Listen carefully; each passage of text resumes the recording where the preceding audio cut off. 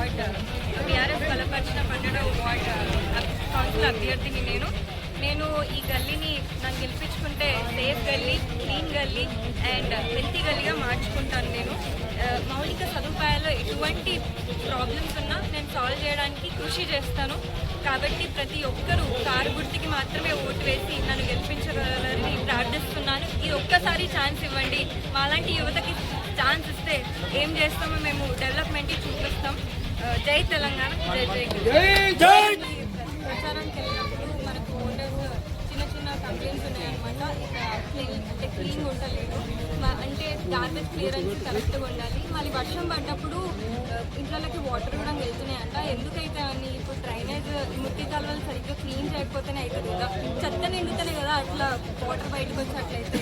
So నేను కౌన్సిలర్గా గెలిచి ఇట్లాంటి సమస్యలు సాల్వ్ చేస్తాను. అండ్ పెన్షన్స్ ప్రాబ్లమ్స్ కూడా చెప్తా ఉన్నారు. అండ్ కొందరికి నేను డాక్టర్ కాబట్టి మరి చాలా కొన్ని వ్యాధుల గురించి కూడా చెప్తా ఉన్నారు అనమాట. ఇలాంటివి నేను సాల్వ్ చేస్తాను.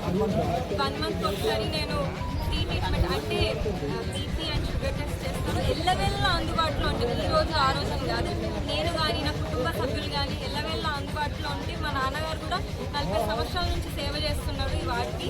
కాబట్టి మేము అందరం అందుబాటులో ఉంటాం. ఈ సేవ కొరకు మేము ఉంటాం. ఒక్కసారి ఛాన్స్ ఇచ్చి